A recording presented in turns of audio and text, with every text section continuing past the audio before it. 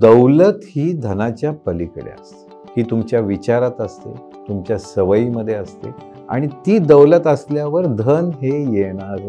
आर्थिक साक्षरता आणि आर्थिक शहाणपण म्हणजे काय? साक्षरता जरूर असावी, पण त्यातनं तुम्हाला काय समजतंय जगाच्या अनुभवाशी पडताळून मग त्याचा वापर करणं त्याला शहाणपण म्हणतात. सर्व मुलांच्या पालकांना सांगतो की तुम्ही त्याच्याकडनं हिशोब घेतल्याशिवाय पुढचे पैसे पाठवू. कसा हिशोब मागू, त्याला खर्च कशावरही करू दे. आमचे वडील आम्हाला म्हणायचे तुला पैसे देतो पहिला हिशोब दे. मला सगळं बँक स्टेटमेंट डाउनलोड केलं की दिसतं, मग कशाला हिशोबाची गरज? दिसतं सगळं, पण पाहतं कोण? पाकिटातले पैसे संपले हा विषयच राहत नाही. ठीक आहे, गुगल पे मध्ये तरी राहतो, पण क्रेडिट कार्डवर कुठं राहतो? It's postponement. इंजेक्शन द्यायच्या अगोदर गोळा फिरवतात ना स्पिरिटचा, ते त्या गार झाल्याने तुम्हाला इंजेक्शन कदाचित कमी दुखत असेल. पैसा गेलाय क्रेडिट कार्डवर जाणीवच होत नाही. खर्चावर जो व्याज भरतो ना तो संपला म्हणून समजायचं. पण मी 80, 85, 90 जगणार हो, माझे पैसे पुरायला पाहिजेत की नाही. सो 50 पासून प्लॅनिंग करा, पण at 60th birthday individually first thing is he should be debt free. अर्ध्या रात्री श्रीमंत व्हायला जाऊ नका. सोपं वाक्य आहे, पण तरी गोते खातात लोक. दुसरं, ऑनलाईन गेमिंग. 3 पिढ्यांचे पैसे मुलांनी संपवलेले. गेमिंगचं डी ॲडिक्शन ही मोठी सेंटर निघाली. मी फ्रेंड्समध्ये इन्व्हेस्ट केले का? शार्दूल तुम्ही मला 4 वेळा बोलवलं, मला वेळच नाही. उद्या मी 60व्या वर्षी फ्री झालो आणि शार्दूलला फोन केला, शार्दूल काय येईल? You will not come. So 50 to 60 start investing in friends. जगात पाणी खूप आहे, तहान कशी लागावी हे शिकवा. पाणी आपोआप मिळेल आणि पैसा कमावण्याच्या बरोबर घालवला नाही तरी तुम्ही श्रीमंत.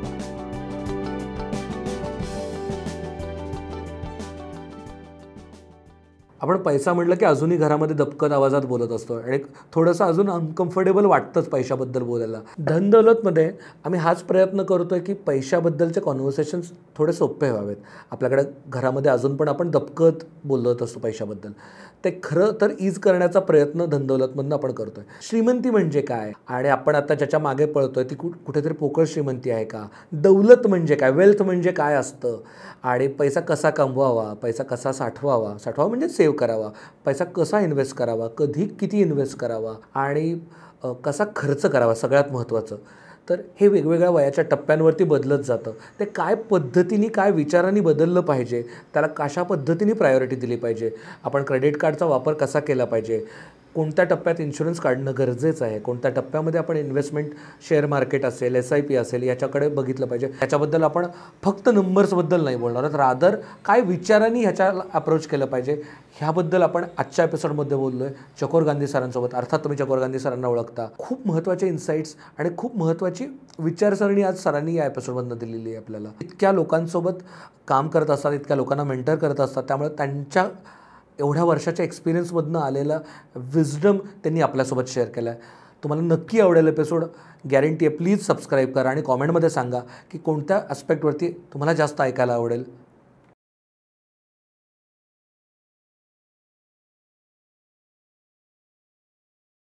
सर तुमचं खूप खूप स्वागत आहे. धन्यवाद शार्दूल. मी चार्टर्ड अकाउंटंट नाही, मी इन्व्हेस्टमेंट कन्सल्टंट नाही, किंवा माझा टेक्निकली खूप याच्यात अभ्यास आहे असं मुळीच नाही. आणि महत्त्वाचं म्हणजे मी कुठलाही प्रॉडक्ट विकायला आलेलं नाही.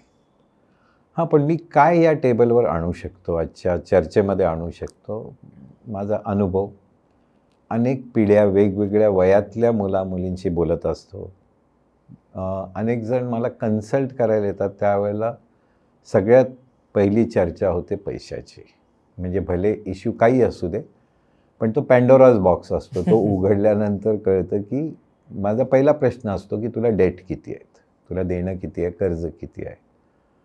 आणि मग त्यातनं या काही प्रॅक्टिकल गोष्टी, अनेक चांगले खूप त्यातली तज्ज्ञ मंडळी माझे मित्र आहेत, खूप हाय नेटवर्थ इन्व्हेस्टर आहेत ज्यांचा प्रचंड अभ्यास आहे, त्यांच्याशी रोज या बाबतीत बोलणं होतच असतं. कुणी भेटल्यानंतर मी दुसरा प्रश्न असतो, how is life, how is business. आणि मग त्यातनं शिकायला मिळतं. त्यातनं काही अनुभव मी शेअर करीन. काही गोष्टी कायम लक्षात ठेवण्यासारख्या आहेत, काही गोष्टी पटल्या तर तुम्ही त्याचा प्रॅक्टिकल लाईफमध्ये उपयोग करा. आणि हे आयुष्य रोज जगत असल्यामुळे, आणि मी या विषयावर लेखन पण करतो. विशेष म्हणजे मी एक वेगळा विषय की आता खर्च करा, अर्थात ते वेगळ्या वयातल्या लोकांसाठी होतं. रिच आणि वेल्दी असं आर्टिकल लिहिलं आहे. नंतर नीड अँड वॉन्ट असं आर्टिकल लिहिलं आहे. आणि काही मूलभूत पुस्तकं आहेत जे मी कालांतराने सांगेन की ज्यांनी खरंच या विषयावर ज्ञानात फरक पडतो. सो तुम्ही आर्थिक शहाणपणा बोलला किंवा श्रीमंत, आपण असं म्हणू श्रीमंत व्हायचंय मला, बरोबर आहे, म्हणजे गोरं व्हायचंय मला, हे प्रत्येकालाच वाटतं, म्हणजे स्वाभाविक आहे. आणि पण मूलभूत प्रश्न असा आहे की श्रीमंती म्हणजे काय. म्हणजे I will go back, rich आणि वेल्दी, किंवा मराठीत कदाचित तुम्ही म्हणला की धन आणि दौलत. मला जे समजते ते रिच म्हणजे तुमचा बँक बॅलन्स असेल, काय इन्व्हेस्टमेंट्स असतील, आर्थिक तुमच्या सगळ्या गोष्टी असतील. पण दौलत हे त्याच्या पुढचा विषय, वेल्दी हा त्याच्या पुढचा विषय. मार्केटिंगच्या भाषेत सांगायचं झालं तर price is what you pay, value value value value is what you get. So दौलत ही धनाच्या पलीकडे असते. ही तुमच्या विचारात असते, तुमच्या सवयीमध्ये असते. आणि ती दौलत असल्यावर धन हे येणारच म्हणजे मी असं म्हणतो त्याला दोन भाग आहेत. धन येतं किंवा धन जायचं थांबलं तरी येतं. म्हणजे मी सगळ्या यंगस्टर्सला सांगेन की आयुष्यात पैसे नाही घालवले तर तुम्ही श्रीमंत होणारच आहात. खूप महत्त्वाचं आहे. म्हणजे पैसे कमवण्याबरोबर न घालवणे याला जास्त स्किल लागतं. मला पैसे नसतानाची काळजी जास्त नाही, पैसे आल्यानंतरची काळजी किंवा त्या माणसात लागणारी शिस्त ही अधिक लागते. सो धन आणि आर्थिक हा शब्द खूप मोठा आहे, पण मी मोठामोठी पैसा असं समजतो. खूप सोपं वाक्य आहे, पण पैसा समजावा लागतो. सो आर्थिक आणि नॉलेजमधला फरक काय आहे की तुम्हाला त्यातलं काय कळलं, जे तुम्ही अप्लाय करू शकता त्याला नॉलेज म्हणतात. सो पैसा कसा आला, पैसा कसा वाचवला, पैसा कसा वाढवला आणि पैसा कसा खर्च केला, हे मूलभूत 4 गोष्टी आहेत. ज्याला पैसा समजला त्याला आयुष्य समजलं. धन समजलं की कालांतराने दौलत ही येणारच आहे. हे सोप्या भाषेत. आणि कदाचित मी आज जे बोलतो त्यात काही रॉकेट सायन्स नाही. तुमचे आई वडील पहिल्यापासून काय सांगतात हेच सांगत आले. तुम्ही तुमच्या लहान भावाला कदाचित तेच सांगत असाल. पण हे कुठेतरी पुन्हा आठवण करून द्यायची वेळ आली. आपण म्हणजे गेले 2-3 वर्ष झालं दिसतंय की आपल्याला खूप सारे फायनान्शियल लिटरसी प्लॅटफॉर्म्स येत आहेत. प्रत्येक जणाला शाळेत कॉलेजमध्ये थोडंफार पैशाबद्दल शिकवण्याचा प्रयत्न केला जातो आहे. आणि तसं बघायला गेलं तर ती इन्फॉर्मेशन सगळीकडे अवेलेबल आहे. ही फायनान्शियल लिटरसी आणि म्हणजे किंवा आर्थिक साक्षरता आणि आर्थिक शहाणपण यातला फरक काय, म्हणजे काय, का असं वाटतंय की शहाणपण नाही आता आहे? हे तुम्ही म्हणताय ना, हे मला रोज जाणवतंय. साक्षरता म्हणजे तुम्ही 100 पुस्तकं वाचली, तुम्ही 10 सेमिनार केले, तुम्ही ओरडून टी व्हीवर सांगतात की हा कोर्स करा, एका रात्रीत श्रीमंत व्हा, 1 महिन्यात श्रीमंत व्हा, नाही ते पैसे परत. ही सगळी साक्षरता झाली. पण ते जेव्हा तुम्ही अप्लाय करता तुमच्या परिस्थितीत, पैसा एक गोष्ट नक्की, वन फिट्स ऑल असा शर्ट नाही. तुमच्यासाठी पैसा वेगळा आहे, माझ्यासाठी पैसा वेगळा आहे. माझ्यासाठी आजचा पैसा वेगळा आहे, माझ्यासाठी उद्याचा पैसा वेगळा आहे. सो साक्षरता जरूर असावी. तुम्ही ज्ञान 100 पुस्तकातून 100 कोर्सेसमधनं घ्या, काही बिघडलं नाही. पण त्यातनं तुम्हाला काय समजतंय ते पडताळून, जगाच्या अनुभवाशी पडताळून मग त्याचा वापर करणं ह्याला शहाणपण म्हणतात. सो साक्षरता आणि त्यातनं शहाणपण. आणि ह्या खूप मोठी गॅप दिसते, रोजच्या दैनंदिन जीवनात दिसते. आणि त्याला काही मूलभूत गोष्टी आहेत. आणि सर तुम्ही मगाशी एक खूप इंटरेस्टिंग गोष्ट बोललात की पैसा हा मी कुठल्या वयाच्या टप्प्यात आहे त्यानुसार त्याचं अंडरस्टँडिंग बदलणं गरजेचं आहे. हे काय तुम्हाला वयाच्या टप्प्यांमध्ये वेगवेगळं जाणवलं लोकांशी बोलताना?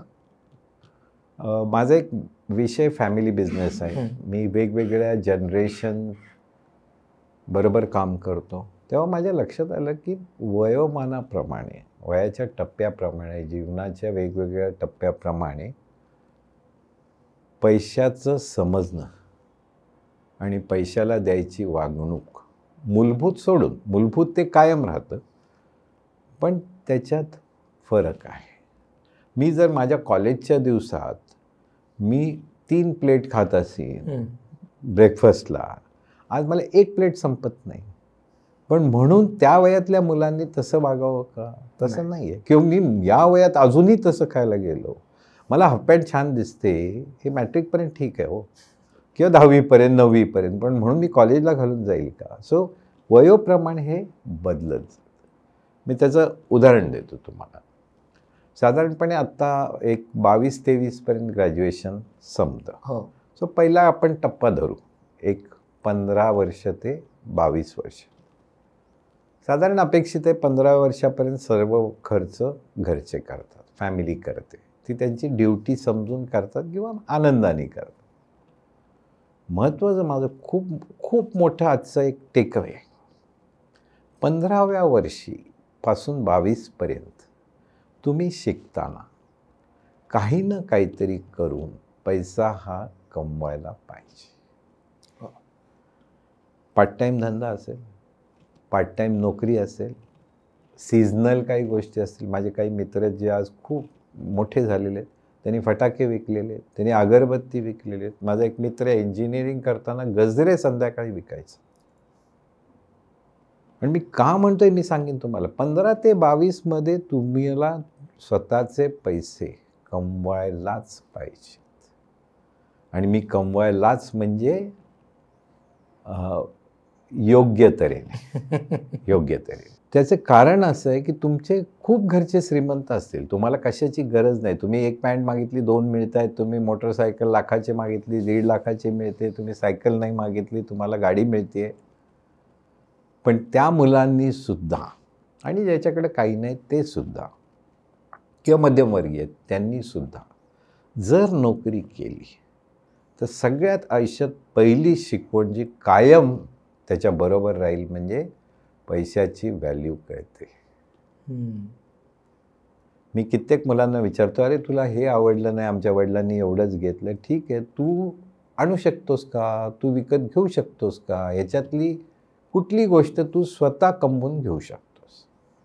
हे म्हणल्यावर विचारात पडतात. सो पैशाची व्हॅल्यू कळते. पैसा समजतो. कारण म्हणजे लिटरली मी जेव्हा कॉलेजला होतो तेव्हा मी बेसिक आमच्याकडे एक्झामिनरला हेल्प म्हणून थांबायचो मी, आणि त्याचे 500 रुपये पर दिवसाला मिळायचे. आणि खूप होते 500 रुपये 2007 साली. सो ते जे काही 10 दिवसात 5,000 रुपये मिळाले, मला कळलं की ओके 500 रुपये कमवायला 1 दिवस लागतो. ते एका डिनरमध्ये जात असतील पण कमवायला 1 दिवस लागतो. आता आपली मुले जी अमेरिकेत जातात त्यांना काहीतरी 20 तास अलाउड आहेत तिथे काम करायला. पण मला खूप आनंद होतो. कोणी मॅकडीमध्ये काम करते, कोणी कशात काम करते, पिझ्झा हटमध्ये काम करते, कोणी कॉलेजमध्ये काम करते, कोणी लायब्ररीत काम करते. त्या मुलांना तिथे पैशाची किंमत कळते. का? तर ते तिथं कोणाचा मुलगा म्हणून गेलेलं नसतं. या शेठचा मुलगा, यांचा मुलगा असं नसतं. सो पहिला धडा तिथे आहे, कमवायला लागा. बास. तुम्ही 12 वर्षाचे झाल्यावर तुम्ही हळूहळू स्वतःला सपोर्ट करायला पाहिजे. दुसरं, पैसे कमवले म्हणजे झालं का? त्यातनं दुसरा धडा शिकायचा. म्हणजे वॉरन बफेटनी म्हणलं आहे की I started investing at the age of 12 and I realise it was very late. ऐकायला किती छान वाटतं, पण कोण आपल्या इथं 12व्या वर्षी इन्व्हेस्ट केलेलं आहे का कोणी? नाही. मग तुम्ही कमवा. 15 ते 22मध्ये एक शिस्त त्याच वेळेला लागायला पाहिजे. मी एका हॉस्टेलचा ट्रस्टी आहे, तर मी आमच्या सर्व मुलांच्या पालकांना सांगतो की तुम्ही त्याच्याकडनं हिशोब घेतल्याशिवाय पुढचे पैसे पाठवू नका. खूप महत्त्वाचं आहे. आणि ही कल्पनाच माहीत नाही पालकांना. कसा हिशोब मागू? म्हणलं नाही. त्याला खर्च कशावरही करू दे. आमचे वडील आम्हाला म्हणायचे, तुला पैसे देतो, पहिला हिशोब दे. सो हिशोब ठेवायला लागा, रोजचा हिशोब. मी आजही रोजचा हिशोब लिहितो. का तर माझे पैसे कुठे गेले, महिन्याच्या काठी एकदम एवढे खर्च झाले, आपल्याला लक्षातही येत नाही कशावर खर्च झाले.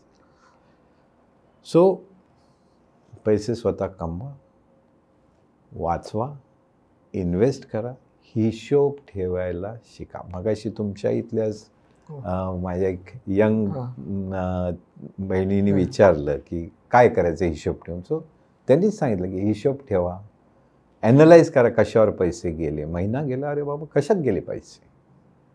मग त्यातनं एक फार मोठा छान मुद्दा तयार होतो की या पैशातनं मला गरजेचं काय होतं. इंग्लिशमध्ये सांगायचं तर what is it that I needed and what is it that I wanted. Wanted म्हणजे खर्च नाही केला तरी चालू शकतं. मुलांना सांगून चालत नाही, तुम्हाला करावं लागेल, ते पाहून शिकतील. तुम्ही हिशोब म्हणालात तर हा इतका महत्त्वाचा विषय. सगळ्या समाजाला एक सवय होती की हिशोब लिहायचा. मोस्ट ऑफ द ठिकाणी माझ्या वडिलांना बघितलं, गेले 30 वर्ष ते हिशोब लिहित आहेत. मला आठवतं आहे तसं आमच्याकडे 30 वर्षापूर्वीच्या वह्या आहेत, पण आता कोणीच हिशोब लिहित नाही. आणि त्याचं महत्त्व आपण जरा अजून स्ट्रेस करू शकतो का, आणि काय त्यातनं समजू शकतं. आणि हिशोब न लिहिल्याने काय होतं मुळात, हा ठीक आहे ना, आता मला गुगल पे करतोय मी, मला दिसतं कुठे केलं, माझ्याकडं मी आता कॅश देतच नाही, त्यामुळे मला सगळं बँक स्टेटमेंट डाउनलोड केलं की दिसतं. मग कशाला हिशोबाची गरज आहे. दिसतं सगळं, पण पाहतं कोण. मला तुमचाच प्रश्न, गुगल पेवर सगळं रेकॉर्ड आहे, बरोबर. तुम्ही 2 ॲप वापरता, क्रेडिट कार्डवर सगळं रेकॉर्ड आहे. तुम्ही स्टेटमेंटमध्ये गेला तर आत्ता या क्षणापर्यंत, पण पाहतो का. आता त्याचबरोबर मी एक विषय घेतो की क्रेडिट कार्ड, गुगल पे अतिशय चांगली सोय आहे, भारताने केलेली ही मोठी प्रगती आहे. पण त्याचबरोबर जे पूर्वी हाताने पैसे देताना किंवा पाकिटातले पैसे संपलेत, हा विषयच राहत नाही. ठीक आहे, गुगल पेमध्ये तरी राहतो, पण क्रेडिट कार्डवर कुठं राहतो. It's postponement. म्हणजे मला एक छान उदाहरण असं सुचतं की इंजेक्शन द्यायच्या अगोदर बोळा फिरवतात ना स्पिरिटचा, ते त्या गार झाल्याने तुम्हाला इंजेक्शन कदाचित कमी दुखत असं. सो ही भूलच जाते. पैसा गेलाय, क्रेडिट कार्डवर जाणीवच होत नाही. चांगली गोष्ट वापरा, जरूर वापरा, पण कशासाठी. गुगल पे, दर महिन्याला तुम्ही गुगल पेवर खर्च केलेले हिशोब लिहून बघताय का. तुम्ही भले एक्सेलमध्ये टाका, आमच्यासारखी डायरी लिहायची नसेल तुम्हाला. आजकाल हे ॲप्स खूप आहेत. म्हणजे 2 मित्र जेवायला गेले तरी प्रत्येकाचा खर्च वेगळा निघतो. पण हे जर तुम्ही हिशोब लिहिला किंवा पाहिला तर फरक पडतो. खूप महत्त्वाचं. मला तर तुम्ही क्रेडिट कार्डच्या बाबतीत सांगतो. माझ्याकडे काही मंडळी येतात, मग मी म्हणतो बघू मला खर्च काय काय आहेत, कर्ज काय काय. अहो तुम्हाला माहिती आहे का की क्रेडिट कार्ड केवढी भूल आहे. 36% डिलेड ह्याला व्याज आहे. 36%. आणि लोकांना ते 3% महिन्याला वाटतात म्हणून कळत नाही. खर्चावर जो व्याज भरतो ना तो संपला म्हणून समजायचं. नफ्यातनं व्याज गेलं काय हरकत नाही, पण खर्चावर जो व्याज भरतो तो एक्सपोनेन्शियल फॉल असतो. आणि क्रेडिट कार्ड कंपन्यांचा नफाच तिथे आहे. तुम्ही वेळेत भरलं तर त्यांना काय मिळते. सो हा फार मोठा धोका आहे, खूप मोठा. आणि आत्ता रिसेंट फिगर आल्यात, loan against gold ever time highest आहे. Savings rate is going down. आत्ता लोवेस्ट अलार्मिंग आहे. सो हा विषय नाही, स्वतःला शिस्त लावावी लागेल. मी अजून एक मूलभूत सांगतो.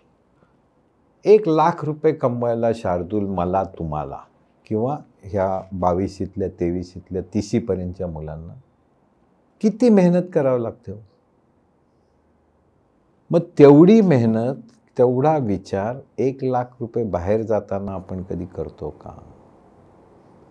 इन्व्हेस्टमेंट मला 6 महिने लागलेत 1 लाख रुपये वाचवायला, पण मी इन्व्हेस्टमेंटचं डिसिजन 3 मिनिटात घेतो.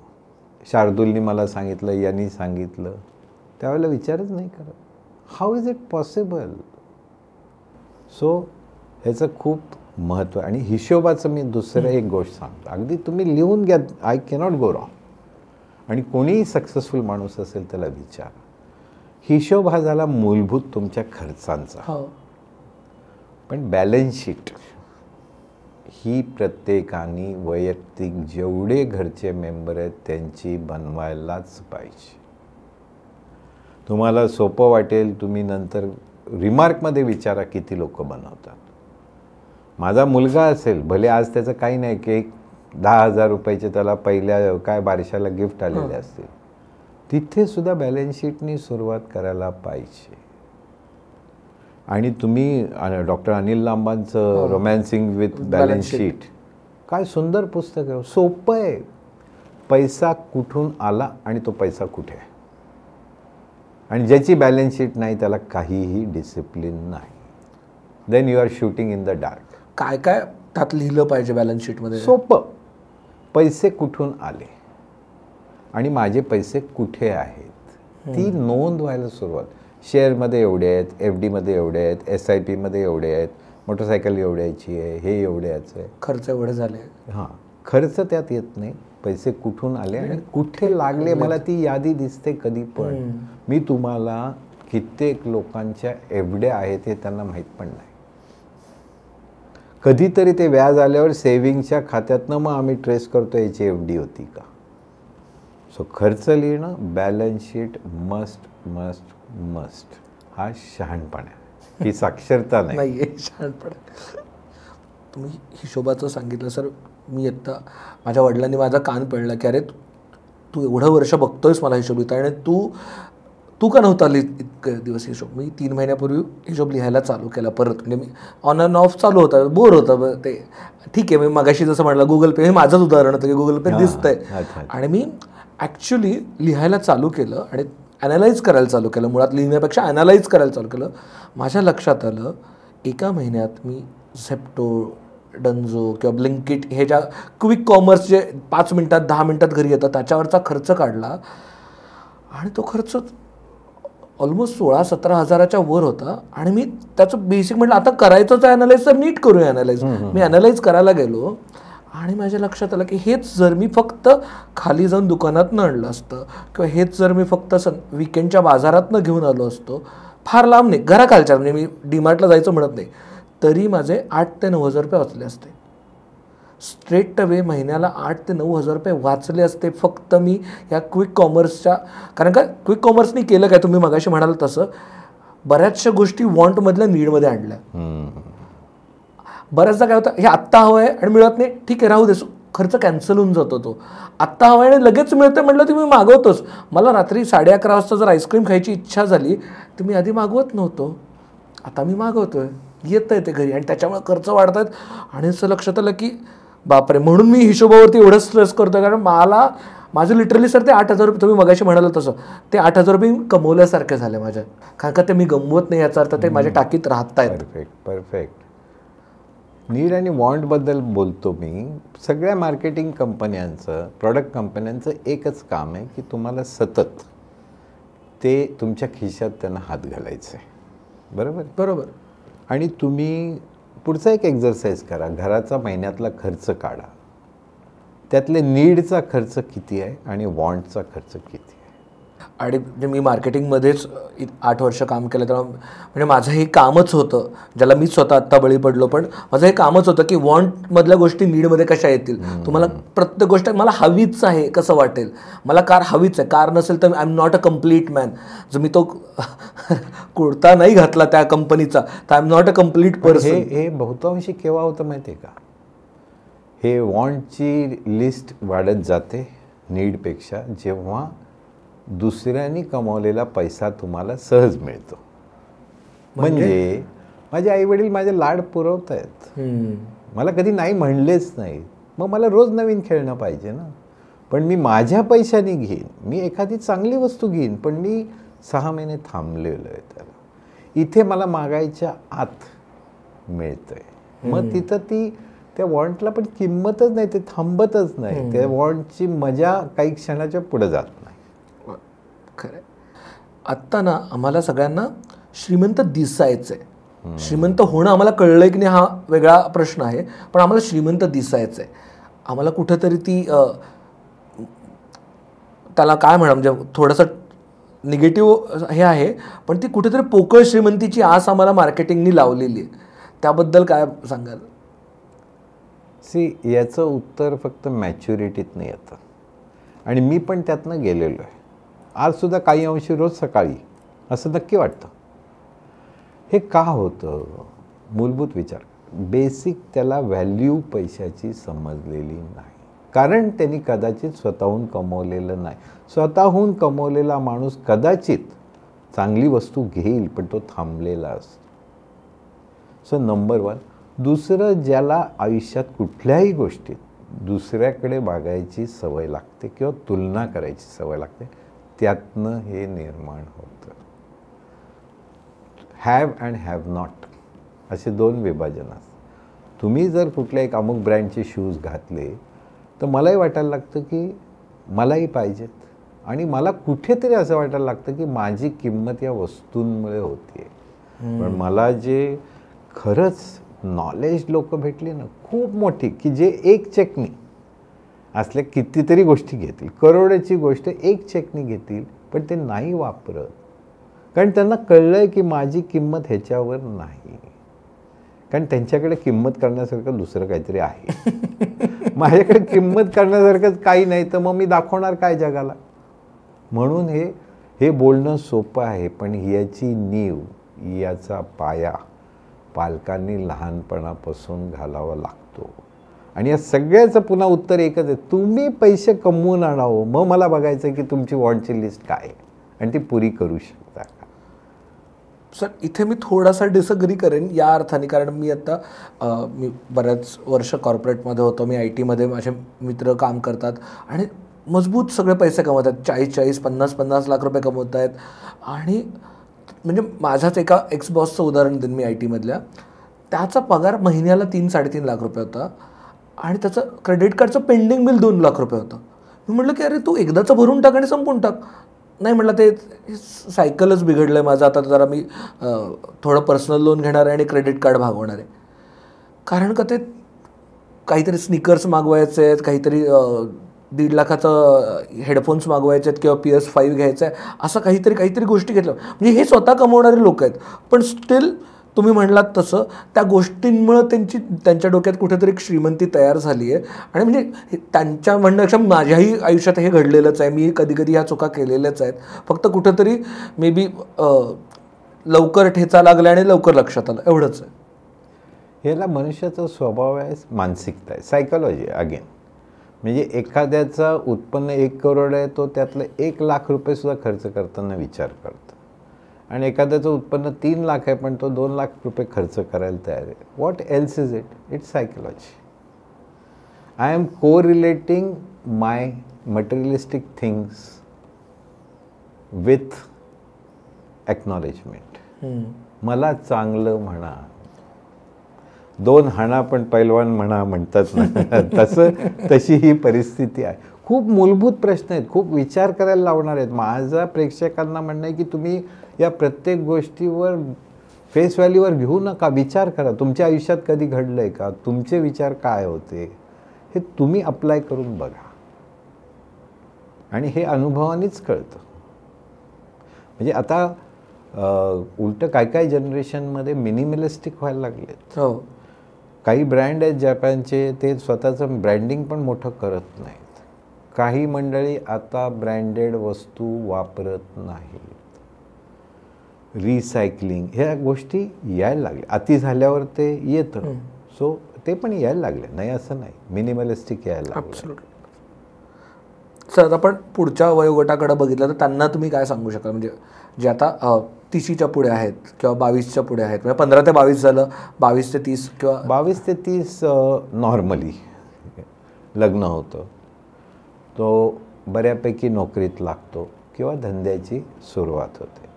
आता लग्न झालं, तो खर्च वाढला, आणि 22 ते 30मध्ये जर हे सुरू झालं तर नॉर्मली त्याची एक गाडी घ्यायची इच्छा असते.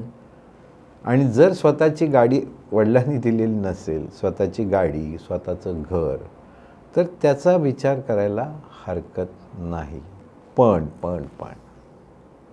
गाडी जेवढी परवडेल तेवढी. काही बिघडत नाही. लहान गाडीने सुरुवात करा ना. जगातले मोठ्यात मोठी माणसं आजही छोट्या गाड्या वापरतात. मला कोणाला दाखवायचं आहे का? तुला परवडेल त्या दिवशी घे ना तू, अगदी भारीत भारी घे.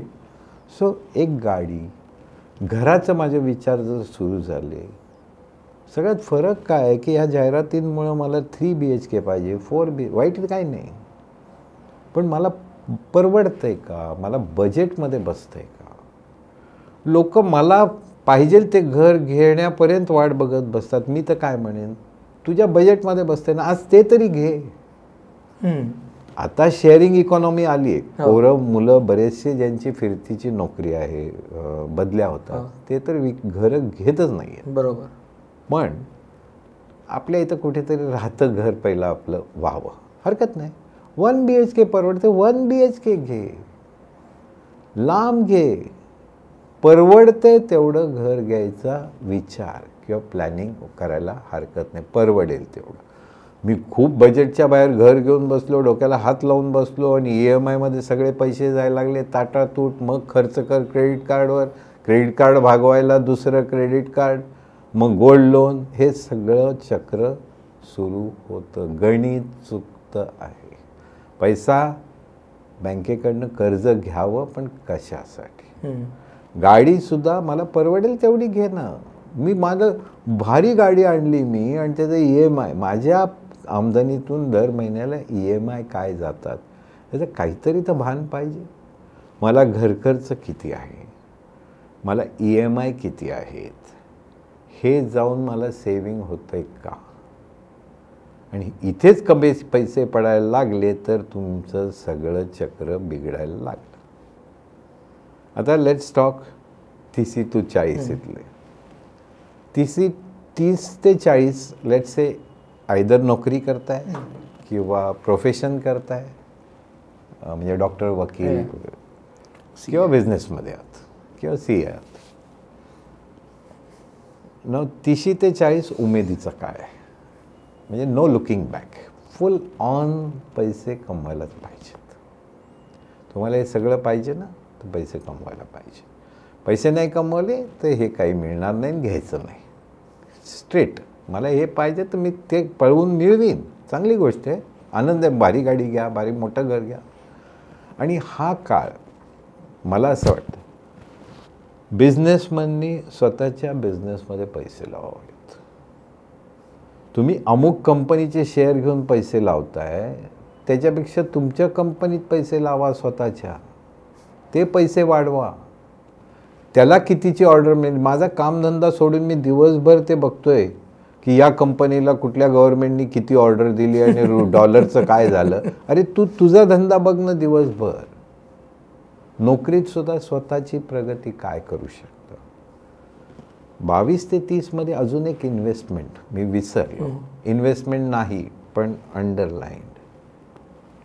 पहिला मेडिक्लेम. शार्दूल, मी प्रत्येक माझ्या भाषणात विचारतो मेडिक्लेम कितीचे आहे, आणि जेवढी मेडिक्लेम जुनी तेवढे तुम्हाला क्लेम मिळतात. सो त्याच्यात डोकं चालवायचं नाही. मेडिक्लेम, दुसरं टर्म इन्शुरन्स, ह्याच्यात डोकं चालवायचं नाही.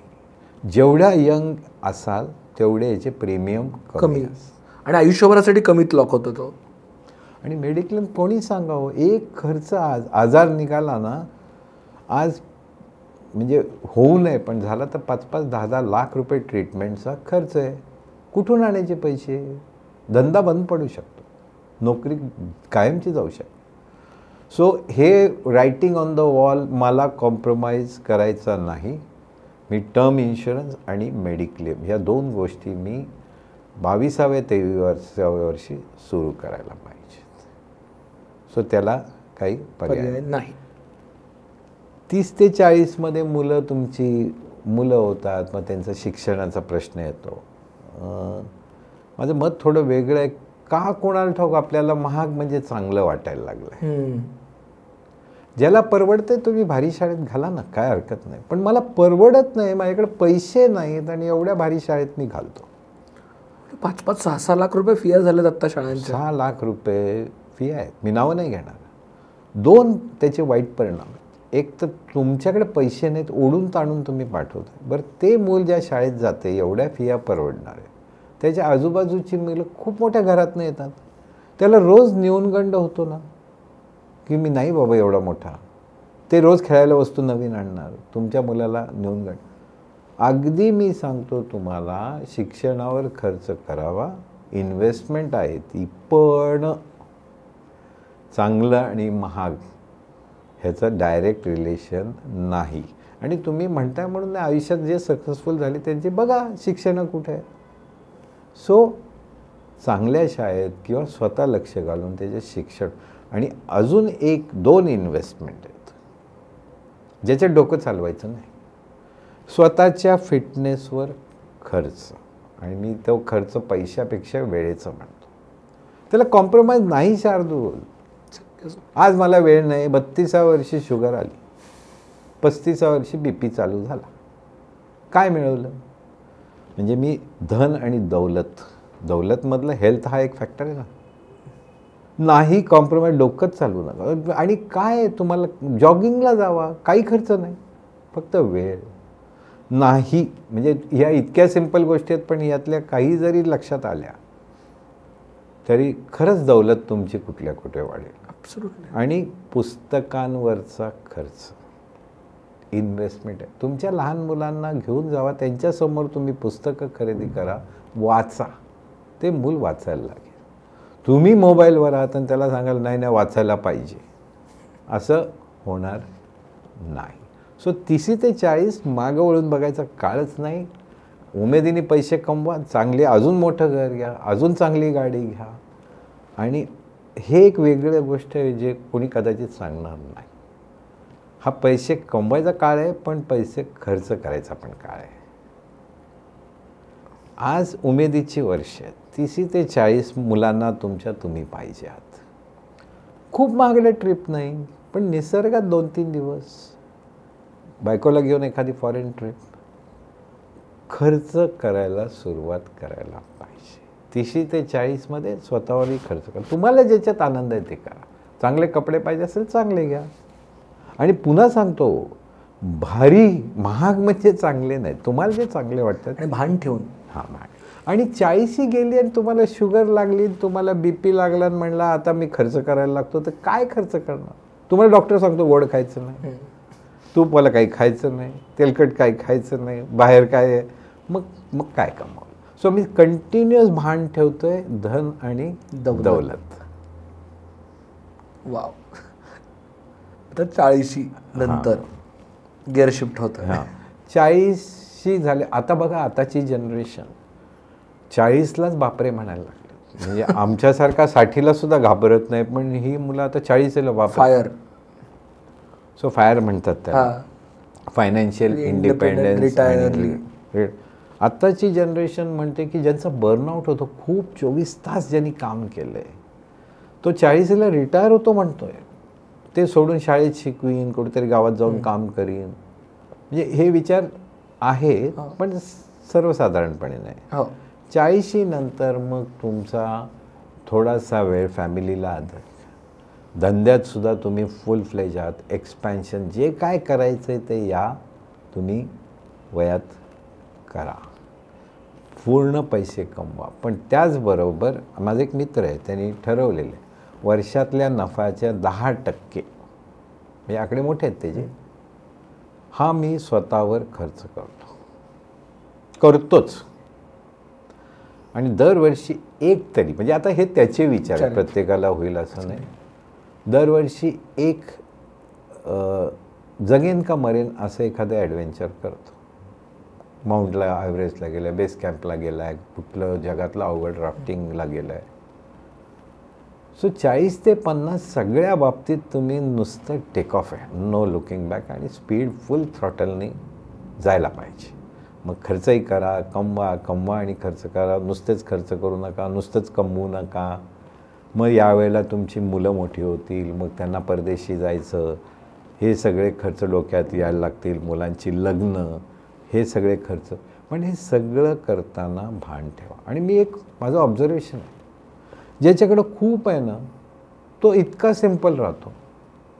आणि ज्याच्याकडे खरंच काय नाही, मला माहिती आहे खोकळा आहे, तो जास्त करायला जातो. एक ऑलवेज 2 शब्द आहेत ज्याच्याने सगळी सायकोलॉजी चालते, ग्रीड आणि फिअर. आणि मराठीत कोणी मित्रांनी सांगितलं की ठग आणि लोभी. हां, कित्येक गोष्ट हव्यासापोटी, म्हणजे आता तुम्हाला जीवनात कित्येक लोक दिसतील की तुम्ही म्हणता हा का करतो एवढं, अजूनही का करतो एवढ्या वय झालं तरी. ती ग्रीड आहे. आणि फिअर असं आहे की लोक क्या कहेंगे, लोक क्या कहेंगे. बघा तो. आणि मोठ्या मोठ्या माणसं साधी साधी कपडे घातल्यावर लोक त्यांना मान त्या कपड्यासाठी देत नाही, त्यांनी जे कार्य केलं त्याच्यासाठी देत. पण ह्या इतक्या मॅच्युअर्ड गोष्टी आहेत की ह्या लक्षात येणं हे खूप अवघड आहे. आणि आता टुवर्ड्स रिटायरमेंट आणि पोस्ट रिटायरमेंट किंवा म्हणजे आता 50 नंतर हळूहळू आता रिटायरमेंट आणि ह्या सगळ्याच गोष्टी आल्या. म्हणजे अर्थात त्याचा पाया कुठेतरी सुरुवातीला 18-20 पासूनच चालू केलेला आहे, बट स्टील त्या फेजमध्ये काय, कारण का आत्ता भारताचा खूप मोठा पॉप्युलेशनचा पार्ट आहे जो आत्ता 50 ते 70 या वयोगटात आहे आणि त्यांच्याकडे पैसे आहेत. अनलाईक पूर्वीच्या जनरेशनसारखं आत्ता 50 ते 60मध्ये त्यांची मुलं इंडिपेंडंट झाली आहेत आणि पैसे आहेत आणि त्यांना कुठेतरी थ्रिल तर मिसिंग आहे. तर त्याच्यात बऱ्या म्हणजे फ्रॉड्स का होत आहेत आत्ता, कारण का ह्या लोकांकडे पैसे आहेत आणि त्यांच्याकडे वेळ आहे. सो लेट्स टॉक 50 ते 60. हां, थोडंसं ॲक्सिलेटरवरचा पाय थोडा कमी करा.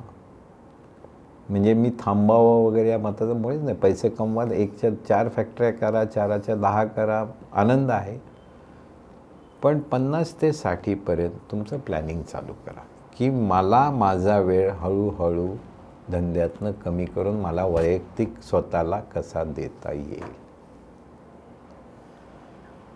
आजकाल सगळे यंग झालेत, मुलंही यंग आहेत, तर 50 ते 60च्या दरम्यान मुलं धंद्यात यावीत की नाही हा विषय सुरू होतो.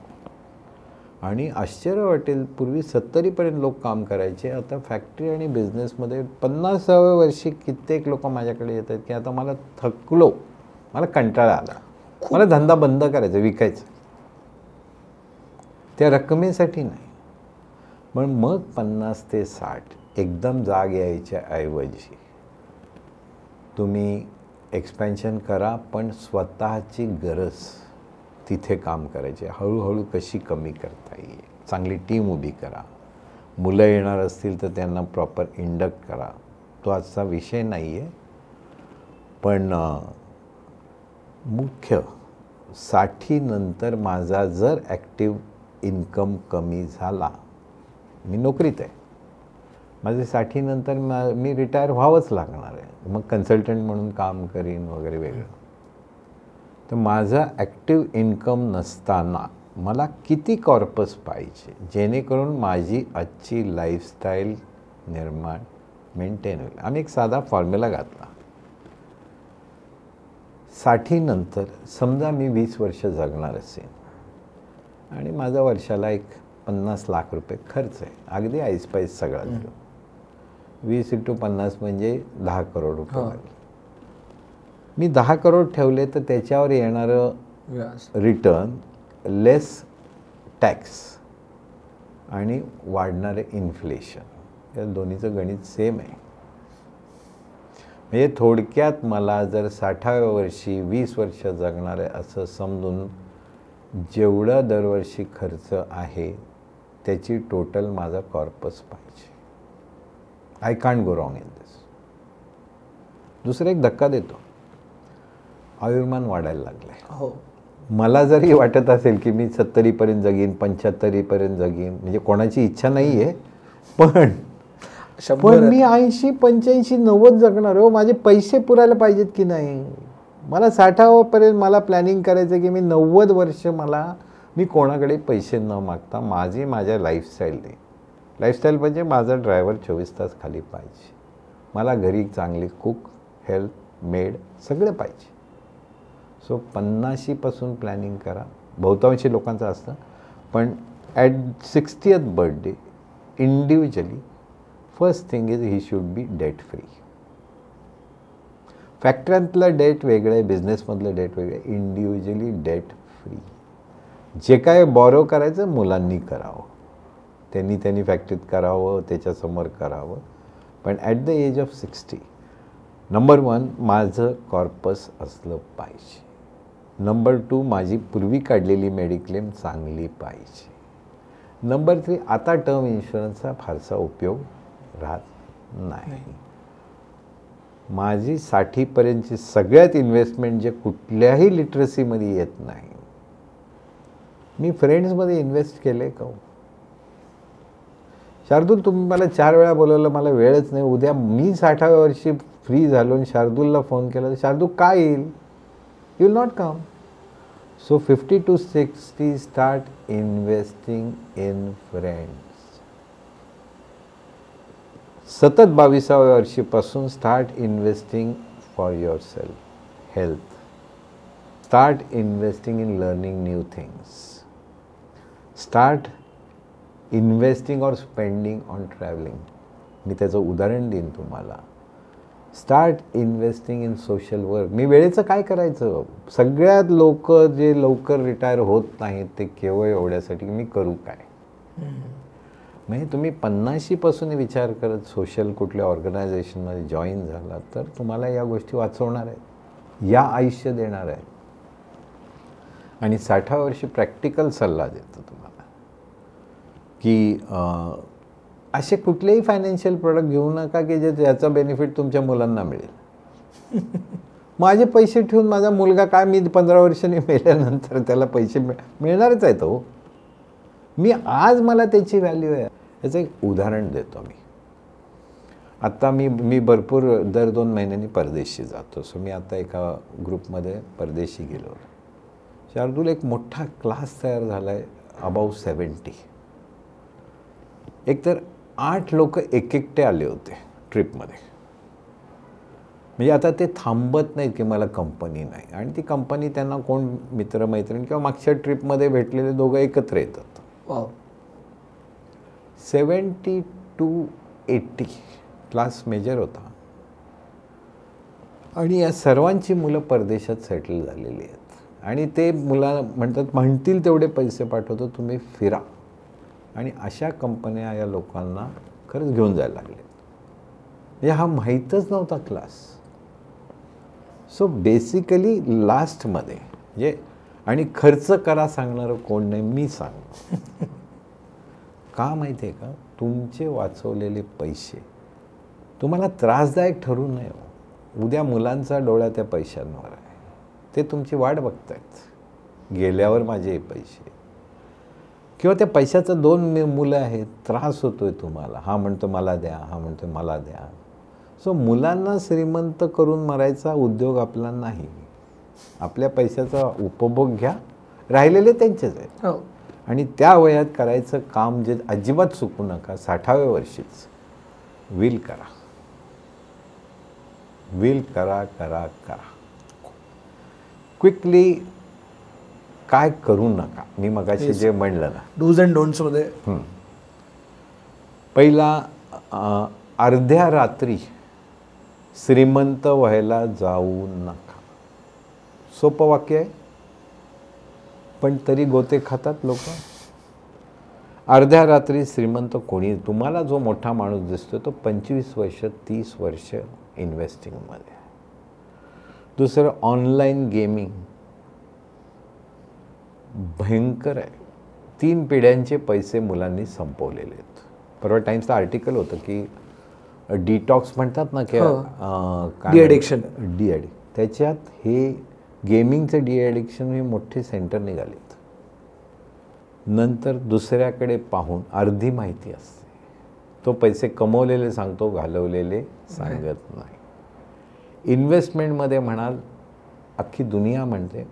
आणि कॉफी कॅन इन्व्हेस्टिंग एक पुस्तक आहे, रिच डॅड पुअर डॅड एक पुस्तक आहे, वॉरेन बफेटचे तुम्ही जेवढे वाचाल तेवढे कमी आहेत. हे मूलभूत आहेत. तर त्याच्यामध्ये डे ट्रेडिंग करू नका, हे मी अनुभवांती सांगतो. आणि हे कॉफी कॅनमध्ये लिहिलं आहे की ह्याच्यात खरं फक्त शेअर ब्रोकर पैसे कमवतो. सो माझे चांगले HNI जे आहे ते म्हणतात डे ट्रेडिंग बोलू पण नको. आणि वॉरेन बफेटच्या शेजारी बसायला कोणी एक काय 10 लाख रुपये वगैरे दिले होते की मला एक काहीतरी टिप सांगा. तर म्हटलं डू नथिंग. बापरे. आणि माझे जे मित्र आहेत त्याचे ते म्हणतात रोज स्टॉक मार्केट कशाला बघतोस तू. सो लॉंग टर्म इन्व्हेस्टिंग हे आत्ता दुसरं अजिबात करायचं नाही. माफ करा माझी बुद्धी ॲव्हरेज आहे म्हणा काय म्हणा मला कळत नाही म्हणा, पण सेबी सांगते की derivatives, future and option, lot, speculation अजिबात करायचं नाही. कमॉडिटीज असतील काही 5% मंडळी हुशार असतील, त्यांनी पैसे कमवले असतील, लखलाभ आहे त्यांना, पण सेबी सांगते 90% लोकांचे पैसे गेले. थोडक्यात स्पेक्युलेशन कशाला म्हणायचं, जेव्हा तुम्ही 1 रुपयावर 100 रुपये खेळता किंवा 5 रुपयावर 100 रुपये खेळता, सट्टा आहे. 100चे 10 गेले तर तुमचे 5वर तर 10 गेले. अरे काय चाललंय, गरजेपेक्षा जास्त ॲस्पिरेशन, माझी लायकी नाही आणि मला हे घ्यायचं आहे. तू स्वप्न ठेव पण कमव ना, कोणी थांबवलं आहे, कमव मग घे. आणि आजकाल ही सगळी जनरेशन शेअरिंग इकॉनॉमीवर आली आहे. ते म्हणतात घर कशाला विकत घ्यायचं, ऑर्नमेंट म्हणजे ज्वेलरी आता ही जनरेशन विकत घ्यायला मागतच नाही. सो या सगळ्या गोष्टी म्हणजे अजिबात न करायचं. एक खूप, आणि ह्याच्यातनं मी गेलेले पैसे घालवले आहेत बरं का. If it is too good to believe, please full stop. असं काही जगात नसतं. जगात फुकट काहीही नसतं. तुम्ही माझ्याशी गोड बोलला म्हणजे उद्या सकाळी माझ्याकडे कशासाठी येणार आहात हा माझ्या डोक्यात प्रश्न पाहिजे. हे मूलभूत प्रिन्सिपल आहे, तरी पण विसर पडतो. रोज पेपरला येतं आहे की तुम्ही OTP देऊ नका, तुमचं कस्टममध्ये पार्सल सापडले, तुम्हाला हाऊस अरेस्ट झाली, तरीही का भूल पडते. फिअर किंवा ग्रीड. नाणी सापडलीत, अरे किती वेळा तुम्हाला 10% महिन्याला व्याज देतो. ठक आणि लोभी, गाठ पडलं की हे. सो काही गोष्टी आणि पेशन्स इतका कमी झाला तुमच्या माझ्यामध्ये सुद्धा. सो मी आज पैसे घालीन आणि ते 10 वर्षांनी वाढतील, 20 वर्षां, ही कल्पना डोक्यात येत नाही. पण खरा मर्म तिथे आहे. हे एकच उदाहरण देतो, लॉंग टर्म इन्व्हेस्टिंग आणि कंपाऊंडिंग. म्हणजे नावं घेत नाही कंपन्यांचे, पण काही कंपन्यात 1984ला जर 1 लाख रुपये लावले असतील, लावले म्हणजे इन्व्हेस्ट केले असतील, ते काढले नसते, तर आत्ता 2022ला त्याचे काहीतरी 700 कोटी रुपये होतात. आणि 100 करोड टॅक्स फ्री डिव्हिडंड मिळाला आहे. सो पॉवर ऑफ कंपाऊंडिंग और डू नथिंग, स्टे इन्व्हेस्टेड. सरकार रोज सांगतो तुम्ही SIPत घाला, म्युच्युअल फंडात घाला, तुम्हाला डायरेक्ट ज्ञान नाही, इक्विटी अभ्यास असेल तर घाला, पण नो डे ट्रेडिंग. आणि financial products are very wrongly missold. So अभ्यास करा, 4 लोकांशी बोला. सर तुम्ही आता जे म्हणालात फायनान्शियल प्रोडक्ट्स आर मिससोल्ड, सगळ्यात जास्त जे मगाशी मी म्हणालो की 50 ते 60 किंवा 60 ते 70 मधल्या वयोगटात तो माणूस बँकेत गेला की त्याला बँकेतला माणूस 10% रिटर्नचा नावाखाली, 10% गॅरंटीड रिटर्नच्या नावाखाली लाईफ इन्शुरन्स विकतो. हो, आणि तो मग फॉरेन ट्रिपला जातो ना, ज्यांनी विकले त्याला, त्याला इन्सेंटिव्ह असतो. हो, म्हणजे आणि 65 वर्षाच्या माणसाला लाईफ इन्शुरन्स विकतो म्हणजे तो किती महागडा लाईफ इन्शुरन्स असेल. ठीक आहे, बाकी सगळं राहू दे, पण किती महागडा असणार आहे तो. अहो, लाईफ इन्शुरन्स मुलांच्या नावाने पॉलिसी आहे. म्हणजे मला तर कळलंच नाही लॉजिक काय, की ते मुलाला काय झालं त्याच्या लाईफला तर आईवडिलाला पैशाचा प्रश्न येतो का. जी कमवती नाही व्यक्ती त्याच्या डोक्यावर इन्शुरन्स विकणे, हे मिससोल्ड प्रोडक्ट्स आहेत. पैसा हा समजावा लागतो. पैसा कमवण्या इतकाच बाहेर जाणाऱ्या प्रत्येक पैशावर कंट्रोल महत्त्वाचा आहे. पैसे जरी घालवले नाहीत तरी कमवल्यासारखे आहेत. RuPay saved is RuPay earned. हे इतकं सिम्पल आहे, पण तरी पुन्हा पुन्हा तीच मंडळी फसत असतात. याच्यातले एकही तत्वाला फाटा दिला तर फटका बसला म्हणून समज. लिटरसी लाख असेल पण त्यावेळेला त्या माणसाचं काय होतं, त्याची अक्कल कुठे घाण ठेवतो तो, हा प्रश्न आहे. म्हणजे आम्ही धनदौलत हे नाव ठेवलं होतं त्याच्या मागचा हेतू हाच होता की आपण वेल्थबद्दल बोलूया, वेल्थ क्रिएशनबद्दल बोलूया आणि वेल्थ एम्पॉवरमेंटबद्दल बोलूया. पण धनातनं दौलताकडे कसं जायचं हे तुम्ही इतक्या साध्या सरळ भाषेत सांगितलं. मला गॅरंटी आहे की हा एपिसोड ऐकल्यानंतर प्रत्येक घरामध्ये ॲटलिस्ट रात्री जेवताना हे डिस्कशन तरी होईल की आपण कुठे आहोत आत्ता. म्हणजे लिटरली जर ती एक स्केल केली धन ते दौलत, तर त्या स्केलवरती आपण कुठे आहोत हे बघण्यासाठी एक 4 ठोकताळे केले तरी तुम्ही डूज अँड डोंट सांगितले सिम्पल, त्याच्यावरती ते लिहून जरी ठेवले की हे हे हे करतोय का आपण, तर रेड फ्लॅग आहे. हे करत नाही आहे का आपण, ओके चांगली गोष्ट आहे. म्हणजे वायसे वर्सा. हे इतकं साधं सरळ गंगाजळी तुम्ही दिली आत्ता ज्ञानाची, ती त्याबद्दल खूप खूप धन्यवाद. एक वाक्य अजून आणि एक पुस्तक आहे, स्टार्ट विथ वाय, सायमन सिनेक. पण ते तुम्ही सगळीकडे अप्लाय करू शकता. मला इथे पैसे गुंतवायचे, वाय. मला ही वस्तू खरेदी करायची, वाय. मगाशी तुम्ही जसं म्हटलं गप्पा मारताना की चल बाबा आज नको आपण उद्या बघू, संपलं. तो एक इम्पल्स डिसिजन असतो, ती एक विंडो असते. हे छोट्या छोट्या गोष्टीचा मूलभूत विचार करायला गेला आणि ज्यांची मुलं मोठी होत आहेत ना त्याला स्वतः पैसे कमवायला शिकवा. बस पुढचे सगळी गणितं सुटत जातील. मागितल्या तहान, म्हणजे माझं एक वाक्य आहे फेवरेट की जगात पाणी खूप आहे, तहान कशी लागावी हे शिकवावं, पाणी आपोआप मिळेल. आणि पैसा कमावण्याच्या बरोबर घालवला नाही तरी तुम्ही श्रीमंत व्हाल. सर खूप खूप धन्यवाद. आय एम शुअर की सगळ्या फॅमिलीजना आज एक खूप महत्त्वाचा डिस्कशनचा मुद्दा मिळाला आहे. कारण आपल्याकडे पैसा म्हटलं की त्याच्याबद्दल अजूनही पैसा क्या चीज आहे, आज है कल नाही, नाही त्याच्यासाठी हे कॉन्व्हर्सेशन गरजेचं आहे. आणि श्रीमंत होणं अवघड आहे का, तर आत्ता मला कळलेलं उत्तर आहे नाही, फक्त हे मुद्दे तुम्ही फॉलो केले पाहिजे, ह्या गोष्टींनी विचार केला पाहिजे. श्रीमंती एका रात्रीत होत नाही, त्याला पाणी घालावं लागतं, त्याला खत द्यावं लागतं, त्याला लक्ष द्यावं लागतं, त्याला नको असलेल्या गोष्टी कट कराव्या लागतात, वाळलेली पानं काढून टाकावी लागतात. हे सगळं तुम्ही इतक्या साध्या सोप्या सरळ भाषेत सांगितलं. त्याच्यामुळे आय एम शुअर की प्रत्येकाला त्यातनं काही ना काहीतरी मोलाचे सल्ले मिळालेत आणि आज तो विचार करेल, तो त्या मोडमध्ये जाईल की ओके आपण कुठे चुकीच्या मार्गाला गेलो आहे का, कुठे आपण समजा जरी बरोबर मार्गात असेल तर त्याला एक हे मिळेल की येस बरोबर चाललं आहे, पेशन्स ठेवायचा, ह्याच मार्गाने चालत राहायचं आहे. सो खूप खूप धन्यवाद सर, आपण आलात, आम्हाला मोलाचा सल्ला दिला, त्याबद्दल तुमचं खूप खूप आभार. आणि तुम्हाला धनदौलतमध्ये अजून कोणते फायनान्शियल गोष्टींवरती डिस्कस करायला आवडेल हे नक्की कळवा.